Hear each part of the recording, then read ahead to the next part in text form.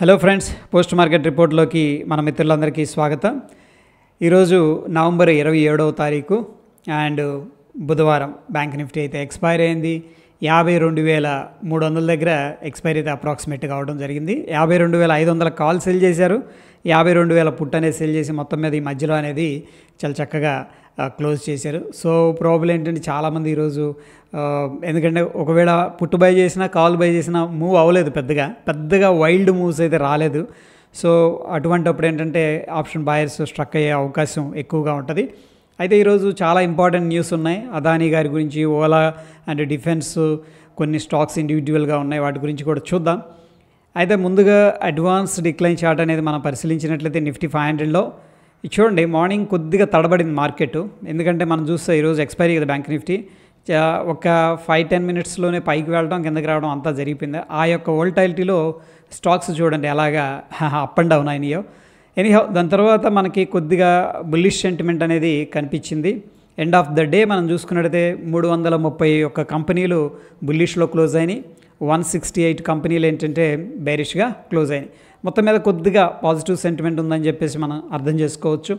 నిన్నటి రోజున మనం అనుకున్నాం, సో గ్యాప్ అప్ అయింది దగ్గర నుంచి కిందకి రావడం అనేది జరిగింది. ఇట్ డజంట్ మీన్ బేరిష్ అని చెప్పేసి చెప్పలేమని చెప్పేసి ఓకే. అదేవిధంగా అదానీ గారికి సంబంధించిన స్టాక్స్ ఈరోజు 10-20% దాకా చాలా స్టాక్స్ అనేది బుల్లిష్లో అయితే వెళ్ళటం జరిగింది.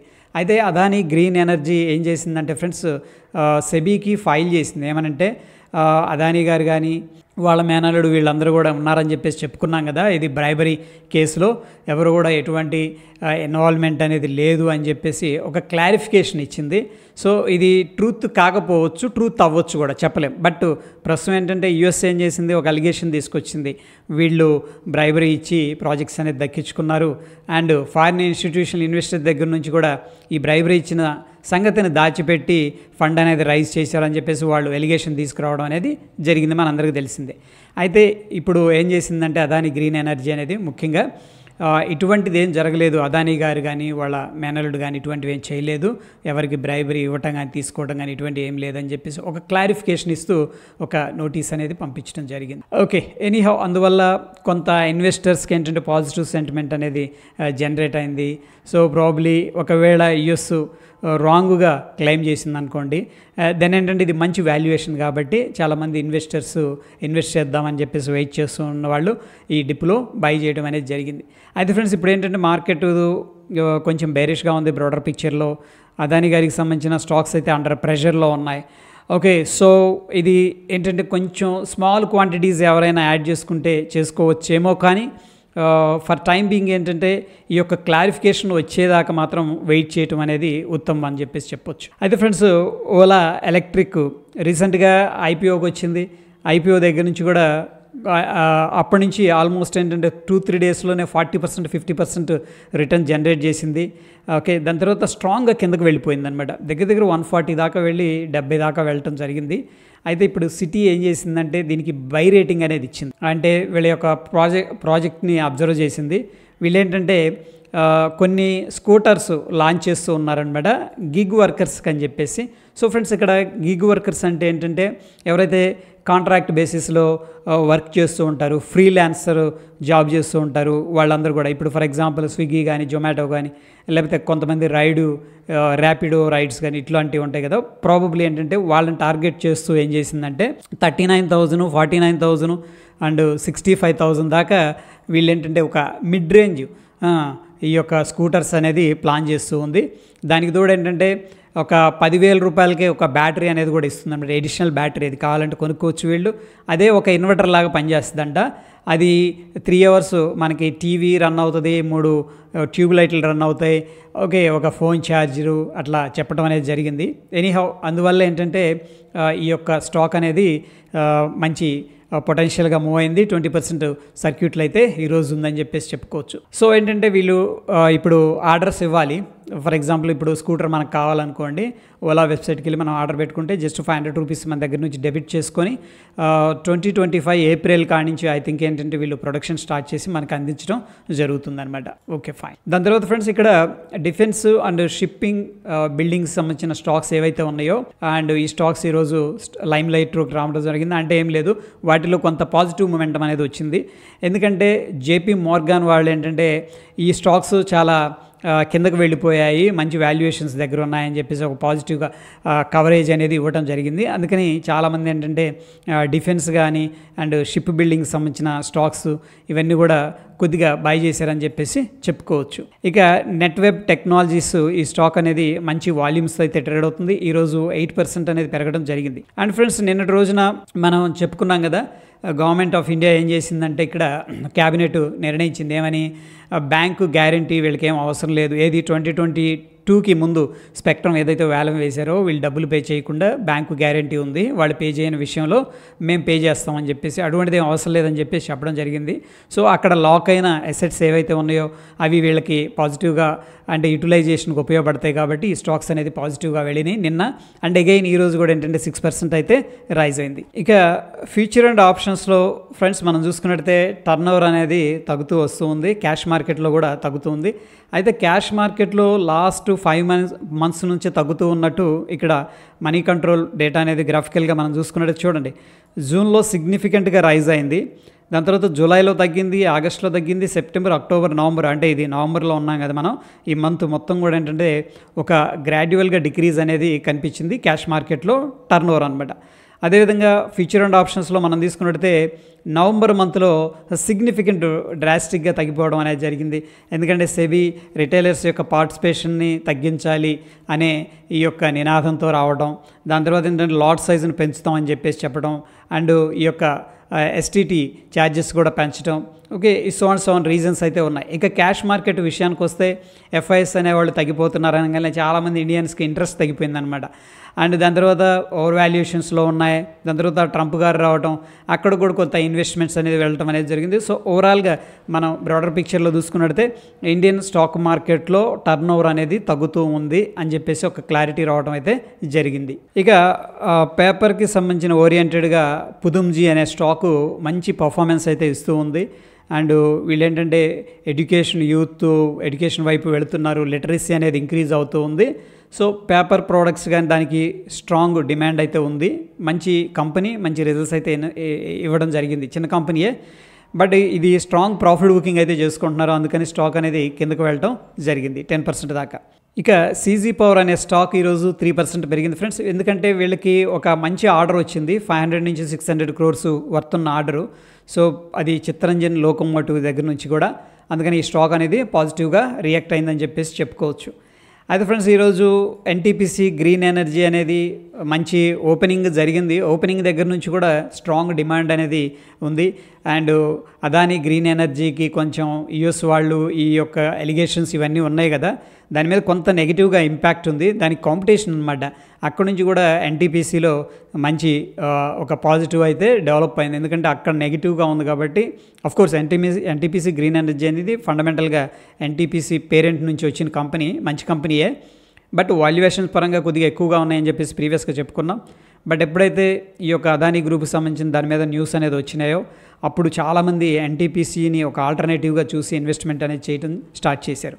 ఓకే, ఎనీహౌ ఇక్కడ ఎన్టీపీసీ గ్రీన్ ఎనర్జీ అనేది ఈరోజైతే పాజిటివ్గా 10%లో అప్పర్ సర్క్యూట్లోకి వెళ్ళింది. ఒకనొక టైంలో 12% కూడా లాక్ అయింది, అక్కడ నుంచి మళ్ళీ రిలీజ్ అయింది. ఇక ఫ్రెండ్స్ ఈ యొక్క తాల్ బ్రోస్ ఆటోమోటివ్కి 15% స్టాక్ అనేది పెరగడం జరిగింది. 475 crores వర్త్ ఉన్న ఒక ఆర్డర్ అనేది రావడం జరిగింది. ఇక ఐపీఓ కార్నర్ అనేది మనం తీసుకున్నట్టు ఫ్రెండ్స్ ఇక్కడ రాజేష్ పవర్ సర్వీసెస్ లిమిటెడ్ అనేది ఎస్ఎంఈ కేటగిరీ. దీంట్లో మనం ఇన్వెస్ట్ చేయాలంటే మినిమం 1,27,600 రూపాయలు అనేది కావాలన్నమాట అప్లై చేయాలంటే. సో 25వ తారీఖు ఇది బిడ్డింగ్ ఓపెన్ అయింది, 27 అంటే ఈరోజు క్లోజ్ అయిపోయింది. మొత్తం మీద చూసుకున్నట్టయితే 50 times ఓవర్ సబ్స్క్రిప్షన్ అనేది జరిగింది. ఇట్లా జరిగిందంటే జనరల్గా ఏంటంటే వీటిలో మనకి లిస్టింగ్ గెయిన్స్ అనేది వచ్చే అవకాశం ఉంది. అంటే ఫ్రెండ్స్ మార్కెట్ ఓపెన్ అయిన వెంటనే సర్క్యూట్కి వెళ్ళిపోవడం కానీ లేకపోతే స్ట్రాంగ్ డిమాండ్తో పైకి వెళ్ళటం కానీ ఇలాగ జరుగుతూ ఉంటుంది అనమాట సాధారణంగా. నెక్స్ట్ వచ్చేసరికి రాజ్ పుటానా బయోడీజిల్ లిమిటెడ్. సో ఇది కూడా ఎస్ఎంఈ కేటగిరీ. మినిమం మనం ఇన్వెస్ట్ చేయాలంటే 1,23,000 రూపాయలు అనేది అవసరం అవుతుంది. ఈ డేటు నిన్న ఓపెన్ అయింది, రేపు అనేది క్లోజ్ అయిపోతుంది అనమాట. ఒకవేళ అప్లై చేసుకోవాలంటే మనం చేసుకోవచ్చు. అయితే ఫ్రెండ్స్ ప్రస్తుతానికి ఇది 62 టైమ్స్ ఓవర్ సబ్స్క్రిప్షన్ అయింది. దీనికి కూడా ఏంటంటే స్ట్రాంగ్ డిమాండ్ ఉందని చెప్పేసి చెప్పుకోవచ్చు. ప్రాబ్లం ఏంటంటే లిస్టింగ్ గెయిన్స్ అనేది దీనికి కూడా రావచ్చు. ఇక అయితే ఫ్రెండ్స్ ఈరోజు ఓపెన్ అయింది అభా పవర్ అండ్ స్టీల్ లిమిటెడ్ అనేది. సో 29 అంటే ఎల్లుండి ఇది క్లోజ్ అయిపోతుంది, శుక్రవారం. ఇది కూడా ఎస్ఎంఈ కేటగిరీ. మినిమం ఇన్వెస్ట్మెంట్ మనం చూసుకుంటే 1,20,000 రూపాయలు అనేది అవసరం అవుతుంది. ఇక్కడ క్వాలిఫైడ్ ఇన్స్టిట్యూషనల్ ఇన్వెస్టర్స్ అయితే ఏం కనిపించట్లేదు, బయర్స్.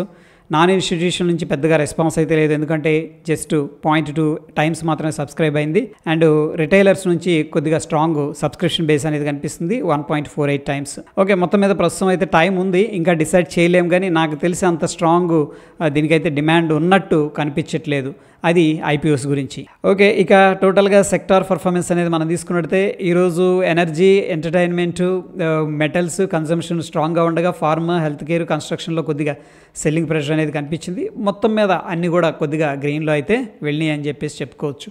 అదేవిధంగా నిఫ్టీని HDFC Bank, Adani Enterprises, Adani Ports, NTPC and Trent పాజిటివ్గా ఏంటంటే నిఫ్టీని లిఫ్ట్ చేసినాయి అని చెప్పేసి చెప్పుకోవచ్చు. అదేవిధంగా డ్రాగ్ చేసిన దాంట్లో మనం చూసుకున్నట్లయితే ICICI bank, TCS, state bank of India అనేది కనిపిస్తుంది. అండ్ ఆఫ్ కోర్స్ ఏంటంటే రిలయన్స్ కూడా డ్రాగ్ చేసిందని చెప్పేసి చెప్పొచ్చు. ఇక కొన్ని స్టాక్స్లో ఫ్రెండ్స్ మనం చూసుకున్నట్టయితే హయ్యెస్ట్గా డెలివరీ అనేది తీసుకుంటున్నారు అన్నమాట. ఇక్కడ చూస్తే 91% డెలివరీ తీసుకుంటున్నారు. సో టోటల్గా 100 షేర్లు ట్రేడ్ అయినాయి అనుకోండి, దాంట్లో 91 షేర్లు డెలివరీకి తీసుకెళ్లారనమాట. అటువంటి వాటిలో safari, Procter and Gamble, Kajaria ceramics, AI engineering, team lease, Aptus అనేది కనిపిస్తుంది. ఎనీహౌ ఈ యొక్క పర్టికులర్ స్టాక్స్ని మనం కూడా ఒకసారి చూసి టెక్నికల్గా బాగున్నాయి, ఫండమెంటల్గా ఓకే అనుకుంటే కూడా మనం యాడ్ అయితే చేసుకోవచ్చు. సో యాప్టస్ వాల్యూ అనేది ఐ థింక్ ఎన్బిఎఫ్సి కన్స్ట్రక్షన్ సంబంధించింది.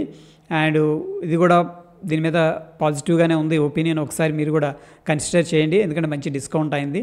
సో ఆల్రెడీ నేను కొన్ని షేర్లు అనేది దాంట్లో హోల్డ్ చేస్తూ ఉన్నాను. ఓకే, ఇక టోటల్గా ఓపెన్ ఇంట్రెస్ట్ అనేది ఎలా ఉంది అనేది మనం తీసుకుంటే రేపే ఎక్స్పైరీ ఉంది. స్టిల్ ఏంటంటే మనకి పుట్ కాల్ రేషియో అనేది 1.03 అనేది కనిపిస్తుంది, అంటే స్టిల్ బులిష్గా కనిపిస్తుంది. అయితే ఫ్రెండ్స్ రేపటి రోజు కోసం మనం వాచ్ చేయాల్సింది 24,500. ఇప్పుడు ఎక్కడుంది మార్కెట్? 24,275 దగ్గర ఉంది కదా, ఇంకో 230 పాయింట్లు పైన రెసిస్టెన్స్ ఉంది. సపోర్ట్ వచ్చేసరికి 24,000 దగ్గర ఉంది. సో ఒక మధ్యలో ఉందని చెప్పేసి చెప్పుకోవచ్చు. ఇది సపోర్ట్కి మధ్యలో, రెసిస్టెన్స్కి మధ్యలో. అండ్ బ్యాంక్ నిఫ్టీ అనేది మనం తీసుకున్నట్టే 27 నవంబర్ అయిపోయింది మంత్లీ ఎక్స్పైరీ. ఈరోజు చూడండి డైరెక్ట్గా 24/7 అని ఉంది, అంటే ఇక్కడ నుంచి కూడా మంత్లీ ఎక్స్పైరీలు మాత్రమే ఉంటాయి బ్యాంక్ నిఫ్టీలో, ఇంకా వీక్లీ ఎక్స్పైరీలు లేవు. సో ఈ దీని మీద ఏంటంటే కొద్దిగా కన్ఫ్యూజన్ ఉంది. అయితే సెకండ్ టైం నేను కొంచెం క్లారిటీగా వీడియో అనేది చేశాను, ఒకసారి చూడకపోతే ఆ వీడియో అనేది చూడండి. అయితే ఇక్కడ చూడండి మనకి నిఫ్టీ ఉంటుంది వీక్లీ ఎక్స్పైరీ, అండ్ సెన్సెక్స్ ఉంటుంది వీక్లీ ఎక్స్పైరీ. అంటే బీఎస్సీ నుంచి ఒకటి, నేషనల్ స్టాక్ ఎక్స్చేంజ్ నుంచి ఒకటి. బీఎస్సీ నుంచేమో అంటే బాంబే స్టాక్ ఎక్స్చేంజ్ నుంచేమో సెన్సెక్స్ ఉంటుంది, ఏది వీక్లీ ఉంటుంది, మంత్లీ ఉంటుంది. అండ్ నేషనల్ స్టాక్ ఎక్స్చేంజ్ నుంచి మనకి నిఫ్టీ అనేది మంత్లీ ఉంటుంది, వీక్లీ ఉంటుంది. ఇక బ్యాంక్ నిఫ్టీ కానీ, ఫిన్ నిఫ్టీ కానీ, మిడ్ క్యాప్ నిఫ్టీ కానీ, ఇవన్నీ కూడా ఏంటంటే మంత్లీ ఎక్స్పైరీలు మాత్రమే ఉంటాయన్నమాట. అయితే లాట్ సైజ్ అనే దానికి విషయానికి వస్తే జనవరి నుంచి అక్కడ నుంచి కూడా రివైజ్ అనేది చేయబడతాయి. అప్పటిదాకా ఏదైతే పాత లాట్ సైజ్ అనేది ఉందో అదే కంటిన్యూ అవుతుంది. Okay fine. ఇక మనకి ఇండియా విక్స్ అయితే ప్రస్తుతానికి 4.4% డ్రాప్ అయిపోయింది, అంటే ఇండియన్ మార్కెట్ స్టేబుల్గా ఉన్నాయని చెప్పేసి చెప్పుకోవచ్చు. దాని తర్వాత మనం చూస్తే డౌ జోన్స్ ఇండస్ట్రియల్ యావరేజ్ సిగ్నిఫికెంట్గా దూసుకొని పైకి వెళ్తూ ఉంది ఫ్రెండ్స్. ఇక డాలర్ ఇండెక్స్ అయితే కొద్దిగా వీక్గా కనిపిస్తూ ఉంది. అండ్ నిఫ్టీ చూడండి వెరీ ఇంట్రెస్టింగ్గా అనిపిస్తుంది, 24,500 అండ్ 24,000 డౌన్ సైడ్. ఈ రెండు కూడా వెరీ వెరీ ఇంపార్టెంట్ లెవెల్స్ అనమాట, ఎందుకు రేపు ఎక్స్పైరీ ఉంది కాబట్టి. అండ్ బ్యాంక్ నిఫ్టీ కూడా మనకైతే ప్రీవియస్ రెసిస్టెన్స్ని బ్రేక్ చేయలేదు. అండ్ ఏదైతే ప్రీవియస్గా 52,000 లెవెల్ అనుకున్నామో ఆ లెవెల్ అనేది సపోర్ట్ లాగా వర్కౌట్ అయిందని చెప్పేసి చెప్పుకోవచ్చు. ఇక మ్యాక్స్ పెయిన్ అనేది మనం చూసుకున్నట్టయితే ప్రస్తుతానికి 24,200 అనేది సజెస్ట్ చేస్తుంది ఫ్రెండ్స్. ఓకే, సో ఏంటంటే ఒక సైడ్ వేస్ లాగా రిప్రజెంటేషన్ చేస్తూ ఉంది, ఎందుకంటే కరెంట్ మార్కెట్ ప్రైస్ కూడా 24,300 దగ్గర ఉంది అప్రాక్సిమేట్గా. ఓకే, 200 చేంజ్ దగ్గర, 275. సో అరౌండ్ ఏంటంటే ఆ లెవెల్ దగ్గరే మ్యాక్స్ పెయిన్ అనేది చెప్తూ ఉంది. ఒక సైడ్ వేస్ యాక్టివిటీ అనేది క్లియర్గా రిప్రజెంట్ చేస్తుంది, ఎందుకంటే రేపటి రోజున ఎక్స్పైరీ ఉంది కాబట్టి చాలా కంట్రోల్డ్గా ఏంటంటే ఈ యొక్క ఎక్స్పైరీ అనేది ప్లాన్ చేస్తున్నారనమాట. ఓకే, టోటల్గా మార్కెట్ హెల్త్ ఎలా ఉంది అనేది మనం చూసుకున్నట్టయితే న్యూట్రల్ అనేది సజెస్ట్ చేస్తుంది. ప్రస్తుతం ఉన్న సిచ్యువేషన్ మనం చూసుకున్నట్టయితే అదాని ఆ స్టాక్స్కి సంబంధించిన స్టాక్స్ ఏవైతే ఉన్నాయో ఆ నెగిటివ్ సెంటిమెంట్ కొద్దిగా తొలగిపోయిందని చెప్పేసి చెప్పుకోవచ్చు. బట్ చాలా జాగ్రత్తగా ఉండాలి, ఎందుకంటే ఎనీ మూమెంట్ ఏంటంటే మళ్ళీ అక్కడ నుంచి కూడా ఏదైనా వార్తలు అనేది స్ప్రెడ్ అవ్వచ్చు. ఎనీహౌ ప్రస్తుతం ఎఫ్ఐఎస్ కానీ వీళ్ళందరూ కూడా అంత పాజిటివ్ సెంటిమెంట్తో లేరు. అండ్ ట్రంప్ గారి డెసిషన్స్ అండ్ చైనా స్టిమ్యులేషన్ ఇంకా వర్కౌట్ అవ్వలేదు. కొన్ని ఇంకా షాడోస్ అనేది మార్కెట్ మీద అయితే ఉన్నాయి. మనం ఏదైనా లాంగ్ ప్లాన్ చేసుకుంటే కూడా ఏదైనా షార్ట్ టర్మ్ కోసం ప్రస్తుతం అయితే ప్లాన్ చేసుకోవచ్చు అని చెప్పేసి నాకు అనిపిస్తూ ఉంది. ప్రస్తుతం ఉన్న సిచ్యువేషన్లో ఒక సైడ్ వేస్ యాక్టివిటీ ఉంది, రేపటి రోజున ఎక్స్పైరీ ఉంది కాబట్టి సో చూద్దాం ఏదైనా వన్ సైడ్ మూమెంట్ వస్తుందేమో అని చెప్పేసి. Okay, so that is all about ఈ యొక్క పోస్ట్ మార్కెట్ రిపోర్ట్ గురించి ఫ్రెండ్స్.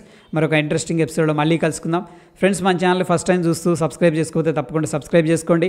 మన టెలిగ్రామ్లో లైవ్లో స్టాక్స్ సంబంధించి అండ్ ఆప్షన్స్ సంబంధించిన అప్డేట్స్ అయితే వస్తూ ఉంటాయి, ఒకసారి గమనించండి. అవి నచ్చితే మీరు కూడా టెలిగ్రామ్లో అయితే జాయిన్ అవ్వండి. ధన్యవాదాలు.